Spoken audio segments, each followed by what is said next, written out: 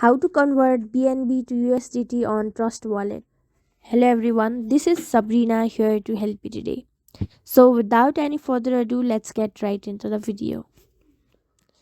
So first, open your Trust Wallet application. Then you will see the option of swap over here. Tap on it.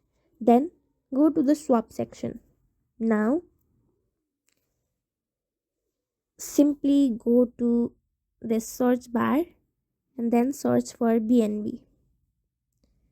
And 2, we want to change it to USDT. So simply select USDT and simply you just have to connect wallet and you will be done. So that's it.